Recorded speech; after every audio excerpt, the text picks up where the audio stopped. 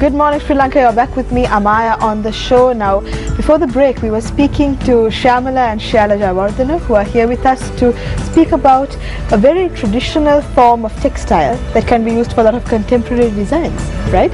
So let's speak about, I want to elaborate more about what we were speaking about before the break, which is taking these textiles and using them for things like office wear.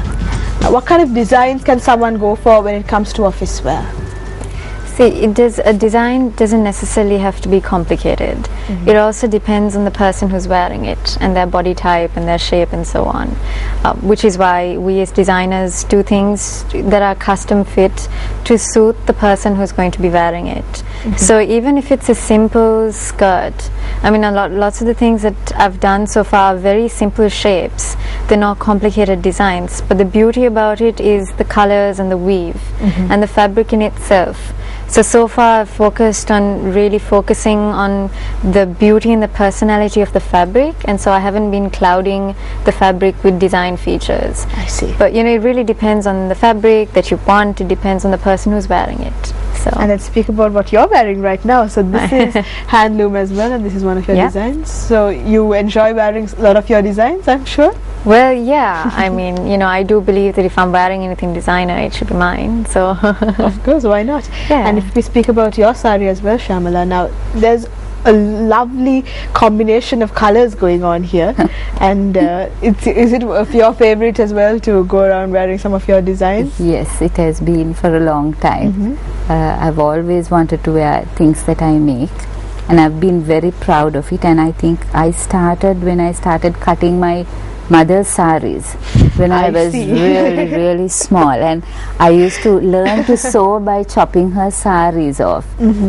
And I think that is a thing that has helped me to also understand fabric. But she didn't mind you doing that. She encouraged you and she helped you. No, I don't want to tell you what she did. Please share. It's all right. You can say that. She used to play and freak. she used to just freak out. Because she didn't realize what this child of hers was doing till very much later, of course. You know, when I reminded her, you know, this was what I was doing. Now when you look back, the dots are connected. Yes. But did you have a lot of support when it started out as well? Well, I've had the greatest support from my husband. I have two girls. Both girls have been extremely supportive. I think tolerance more than anything else, because this mother of theirs is all the time doing something new, all the time venturing into something different. And the two girls and my husband have, I think, learned to just melt into the whole thing. And that is why I can work like this. That is why I can work like this. And you know, even these lovely creations are here this morning on our sofas, and everyone gets to see them. But it really does. So even the colors, I mean, you're inspired and you can do things because you're clean inside, because you're fine inside. And for that you need to also have that environment in which you can work, which is, I think, wonderful to thank God for. And do your students show the same enthusiasm as well? And do you? Yes, they do. In fact, they come like little mice and they go back like little angels with I don't know what antennas. So they are converted. They are converts. The parents always say, you know, Shyamala, it's amazing to see how these children are transformed. And also some of my staff, they tell me, you know, you don't come to the room. You better not come, because when you do come and you go back, these children are like impossible. After that, they've all got wound up. And they're so inspired. Yes. So I think inspiration is the key and the door to creativity. But when you create some of these handlooms, what are the do's and don'ts of owning a handloom sari? I'm sure there is something involved in the upkeep of it as well. If you there is.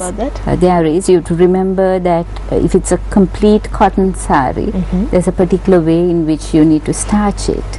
I see. And there's a particular way in which you need to fold it. Very often I've seen our ladies not folding their saris properly, not stacking it carefully. Now those are all things that either help the preservation or the loosen the complexion of the sari. So you have to be careful. You have to also be careful if you have a silk blend. the heat in the iron, you should be careful. I see. Also you need to then dry clean it and not hand wash it. Very often people go and hand wash and then say, "Ayo, sari is going this way and that way." Sometimes people do that to the sari.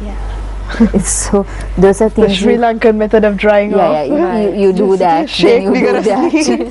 that. So those are all things that you should not be doing Okay, all to a right. sari. Yes.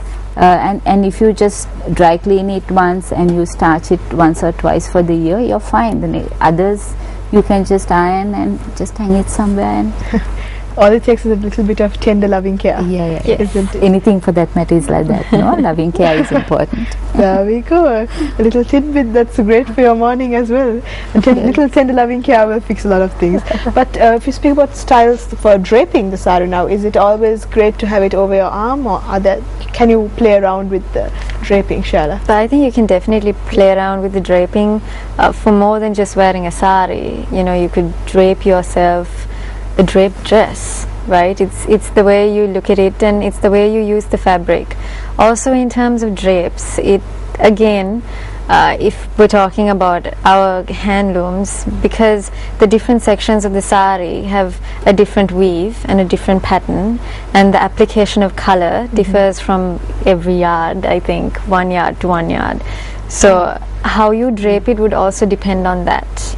You would try as best as possible to drape it in such a way where you highlight the important parts of the sari. So talking about your pleats, if there are lines, then you might like to have it on your pleats, you might like to have it on your back. But either way, you don't necessarily have to drape a sari in an Indian manner, if you were to talk formal terminology. You can drape a sari any which way you want, but ideally in a way that would bring out the fabric. Yeah, because it is lovely fabric. And when you talk about Canadian styles of draping, maybe again it differs, doesn't it? Because you have different parts of the. Go ahead. Yeah, no, because see, the person who wears a Canadian, and say for example you have a bright border like that, and you take it that way, or you have it only in the border, and you have it in the nerrier, and you have this part coming on your ear. You're going to be cracker, right? You're going to be just cracker. So what is important is, I think, for our ladies again to use their imagination. Sometimes I feel that women in Sri Lanka don't have the time for imagination. They don't have the time for excitement for themselves. Be excited. I mean, when you get dressed, be excited about what you're wearing, because that will excite other people also. Of course. And you get your job done.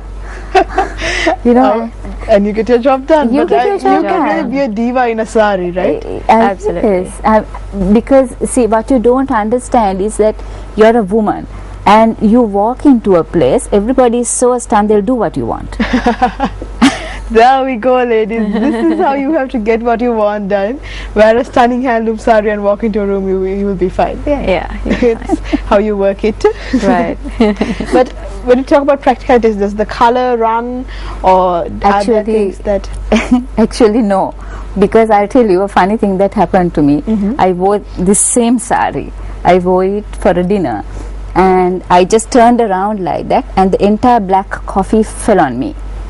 The entire cup of black coffee was all over my sari. It was just all over, and I had to hold my tears back. I was so worried, because up to that point I hadn't washed it. Came back home, it was 2 in the morning. I just put soap and water and just put the sari there, didn't go to do anything, and watched it. Not a drop of color ran anywhere. I won't be wearing it. Actually, I wore it because of that. To prove that this sari is fine. And here I am saying, dry clean it, don't hand wash it, all that. I was forced to hand wash it because I had to get the coffee stain off. No stain remained. Even when I put the sari in to the water, I couldn't find where the coffee was. I see.